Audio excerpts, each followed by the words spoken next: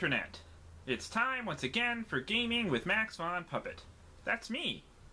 Today, we're going to talk about a fun party game called Apples to Apples. I was first introduced to Apples a few years ago at a New Year's Eve party thrown by some stuffed animals down the hall. And let me tell you, teddy bears, man, those guys, they know how to throw a party. Woo!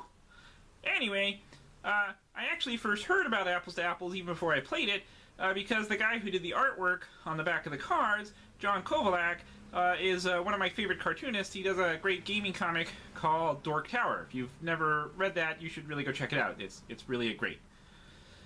First, it was put out by Mattel.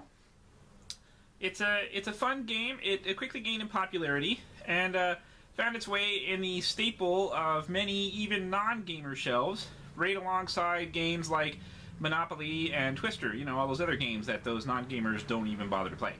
But everybody has in their house, right? And Apples to Apples is one of those games. Now, that said, it's not anywhere near as weird or boring as Monopoly is. It's a fun game.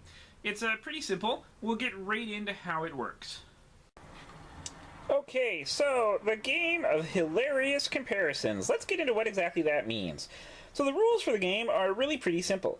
There's two decks of cards. There's these red cards that you can see here. They have, I'll flip it over so you can see the back of it. The red cards all look like that. And then there's these green cards. You get these green cards right here. And how it works is, everybody gets dealt a hand of red cards. You get 5 cards to make up your hand, just like this. We'll just say this is my hand. You can see the hands represent, the cards represent a lot of variety of different things. We got VW Beetles, Death Valley, the Cold War, Anthony Hopkins, and Bald Eagles. There's a variety of different stuff there. Kind of a random collection of weird things, right? Like Death Valley, the Cold War, and Anthony Hopkins. That's pretty funny, right? And you'll notice some of them give you little descriptions, right? They give you a little description of what each one looks like. So Anthony Hopkins, British actor, blah, blah, blah. Just a little description of each one of the characters or things on your card. I think it's kind of funny. So how this works is, each player takes one turn being what's called the judge. The judge flips over. The judge gets his own card. Everybody gets this, the 5 cards of red, one hand of 5 cards from the red deck. Everybody gets one of those. But on the judge's turn, you don't play your red card. What you do is you flip over a green card, just like this. Ta-da! Glorious! That's the green card, glorious.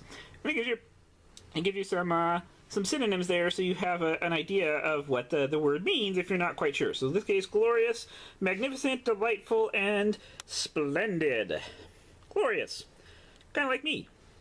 And there you. So now, what you do on your turn is the judge has played the glorious card. So now what you do is you go through your hand and you try and decide which one of these cards best matches glorious, or best mismatches glorious.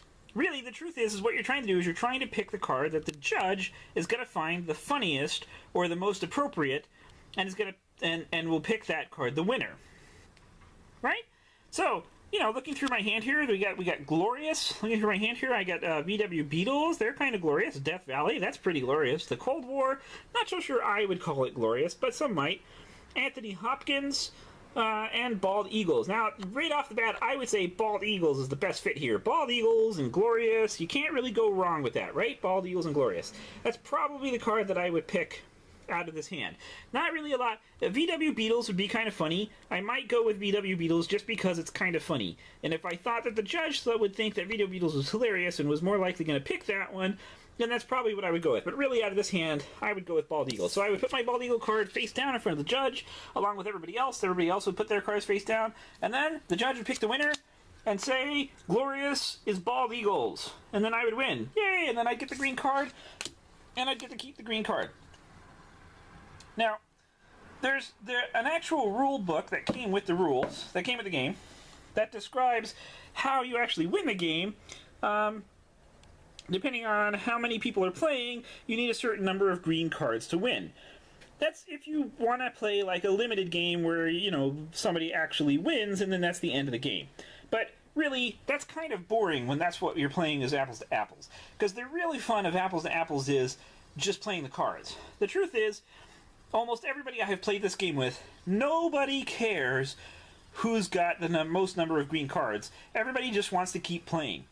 And so, what most people do is they just keep playing. Nobody cares how many green cards you have, you just keep playing. And that's really all the game is. There's not a whole lot to it. Like I said, it's a pretty simple party game. It's designed to be played with large groups of players. You can play a small group. You could play conceivably with 3 people. It's not nearly as fun, but you could play probably with up to 10 or maybe even 12 people. It's a really good game for like large groups when you're having a party going on. And you know, stay away from those teddy bears, man, because they cheat. So that's it. That's really basically all there is to it. And there you have it. It's a lot of fun. It can be played with large groups or small groups. And the best part is that it's kind of age appropriate for lots of different ages. The cards are kind of a little dated somewhat, which is okay, because the truth is that the way the game works, it doesn't make it any less funny. In fact, sometimes it's even funnier because the cards are dated. But the best part about it is it doesn't really matter, because most of the stuff on it is pretty universal.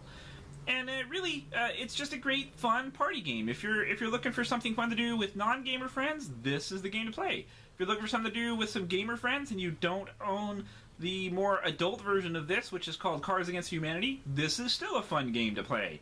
If you are looking for something a little more adult-themed, or maybe for your hardcore gamer friends who don't play games that sit on the shelves of non-gamers, then you want to pick up Cards Against Humanity. And I'll talk about that in my next video. Until then, though, keep playing games. Bye!